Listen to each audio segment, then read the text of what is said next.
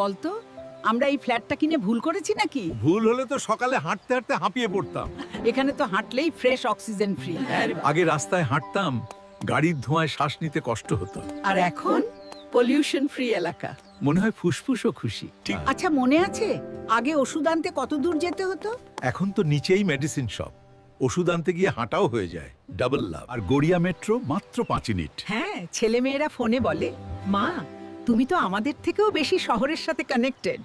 দেখছো, নাতি নাতুনিরা খেলছে। কমপ্লেক্সের মধ্যেই বাচ্চাদের খেলার জায়গা, ওরা খেলছে আর আমরা নিশ্চিন্তে গল্প করছি। এটাই তো আসল শান্তি। এই কমপ্লেক্সে জানো কটা ফ্ল্যাট?